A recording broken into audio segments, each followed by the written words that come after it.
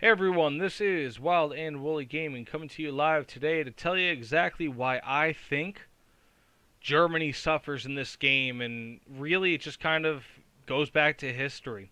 So before I get into this, I want to say thanks to everyone watching. Please like, subscribe. It really means the world to me. It is a great incentive for me to keep making videos and continue to make better videos. I really want to do my best for you guys and espouse upon everyone, whatever knowledge I have, and I'd love to hear about what you guys know. So, anyways, just to get onto the topic of the video, the reason why Germany suffers is because they were a capitulating nation that essentially created vehicles that ended up being extreme for their time. The Mouse, King Tiger, Jagdtiger, Ferdinand, etc. This was itself because they were making do essentially with what they had available, and unlike other vehicles sharing similar BR ratings, especially 7.0 and beyond, they did not have insane armor penetrating rounds like Heat and even Sabo.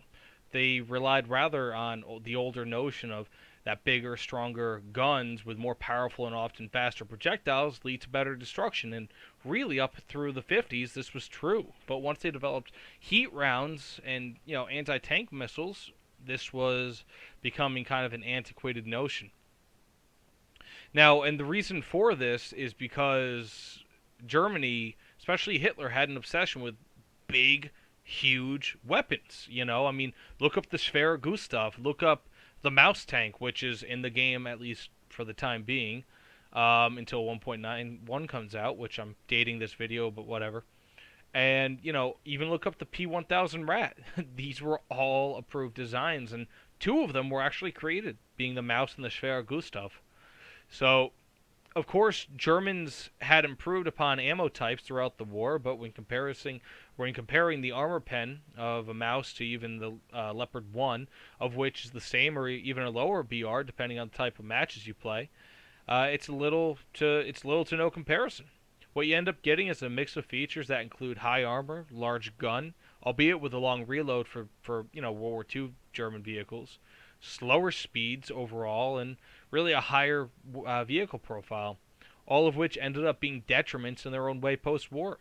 Thick armor was replaced with thinner, more high-tech armor in large part, outside of a few Soviet vehicles, but even still they adopted it.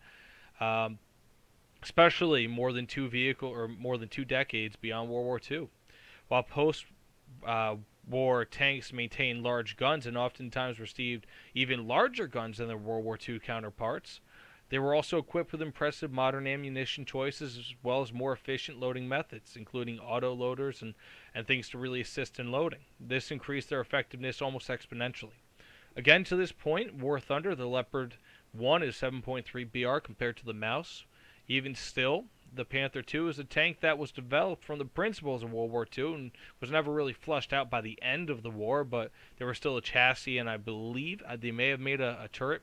Either way, also, fun fact, the thing that you see on the Panther tank is the Vampire thermal imaging system. It was a very cool system, and they even use that in some Stormgewehrs.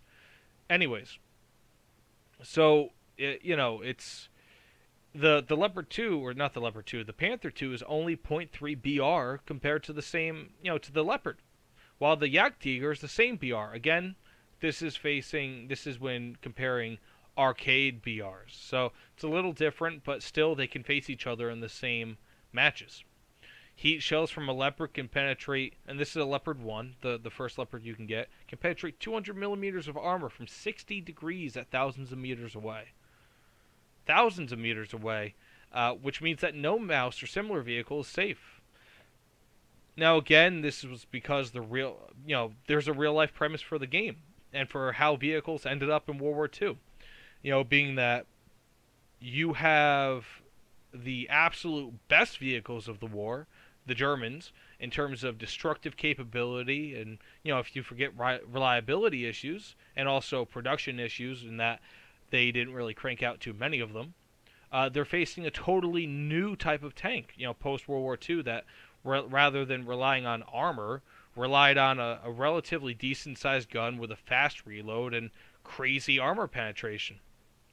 So again, the Germans were absolute kings of World War II vehicles outside of a few IS tanks. Maybe if you want to include the T-26 E1-1, but that was a one-off tank. Where this stops is the fact that other nations gain their post-World War II vehicles in and around the BRs of the top German tanks from World War II. Largely the same happens to German aerial vehicles, albeit to a lesser extent, partially because, with the exception of jet tech being developed rapidly post-World War II, vehicles like the Me-262 and its variants and the Horten 229 can hold their own in combat, albeit to a lessening degree as BR increases, especially, and you could say this about almost any plane, especially facing supersonic planes.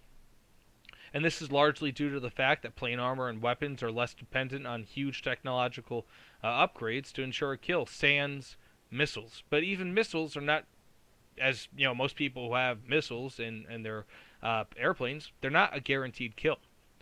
A 1.0 BR plane can take out a MiG-19. It won't be easy, but machine guns can destroy planes because of their lack of armor.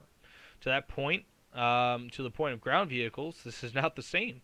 Even though armor thins out in large part after World War II, leaving behemoths like the T-95, Maus, T-28, and Jagdtiger in the past as extremes for their time, it remains effective due to becoming high-tech, especially with composites and just really better implementation of armor in general. When taking this aforementioned thick armor that becomes a moot point after World War II, the large guns that, while still somewhat effective, high penetration is high penetration, they also feature comparatively high reload speed, with slow speed and high profiles, high vehicle profiles. And when I say low speed, I mean low movement speed. You'll get a mix that works out quite well versus traditional World War II vehicles, but they really can't hold their own to post-World War II vehicles, especially, again, versus those with heat and other advanced shell types. Additionally, when you factor in vehicles, and this is more, again, arcade-based, when you factor in that the RU-251 and M46 vehicles both currently sit at 6.7 BR and 7.0 BR respectively, they both have heat rounds that can defeat their BR peers in the German tech tree. It means that Germany will continue to suffer in War Thunder, and likely forever.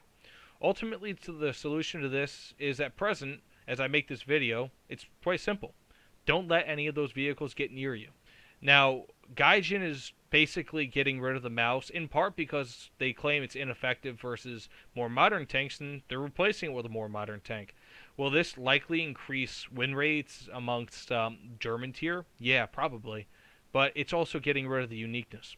Anyways, getting back to the solution, while versus pure World War II vehicles, you can almost act like a brawler, albeit with a really crazy slow reload speed for a lot of them. If you notice any high-tech or up-tiered vehicles in the match that you're playing, especially around the area in which your tank is on the map, you almost have to act like a sniper. And that's really what King Tigers do so well. But you're only left with that option, right?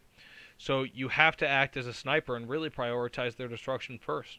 In the long term, Gaijin can either make a more German-friendly matchmaking system and try to make it so that high-tier German vehicles don't always match with things that take no effort to destroy them, which this will not happen. Or they can compress BRs a little bit so that there's less of a chance that German vehicles face relative extremes in post-World War II tech. So after all, I'd much rather face an M46 with a heat round that can quote-unquote only penetrate 305 millimeters of armor at a 0-degree angle compared to an M48 at a slightly higher BR which can penetrate 400 millimeters of armor at a 0-degree angle. You're talking 100 almost additional millimeters of armor pen with a much deadlier explosive yield. I believe it's only 0.4 BR higher, or maybe it's 0.7. Either way, it's not much, and it's still below, at least in arcade, where the Maus sits. Either way, I just hope that this video helps to clarify why Germany is in such a rough spot right now, and likely will always be, especially with ground vehicles. Simply put, their engineers made the deadliest vehicles of World War II, and as such, must be ranked as sufficient BR. But many post-World War II vehicles start at the same BRs that the top-end German World War II vehicles used to dominate.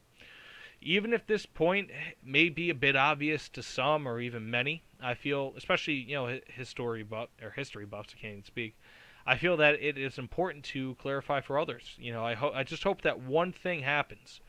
Gaijin ends up implementing positive changes, between a more favorable BR, which we actually did just see with the Jagdtiger getting a 6.7 BR in realistic, and better real-life vehicles that may have been implemented towards the end of World War II or in the years immediately following. This would include the Me-262 HD1 for aircraft. Even if it's a premium vehicle or an event vehicle, I feel like it'd be a welcome addition, being that it did fly. Anyways, again, thanks to everyone who may have watched this video. Please like, subscribe, comment. Just let me know what you think. It really means a lot to me. Again, thanks, and I guess I'll see you all in the air and on the ground. Take care, everyone.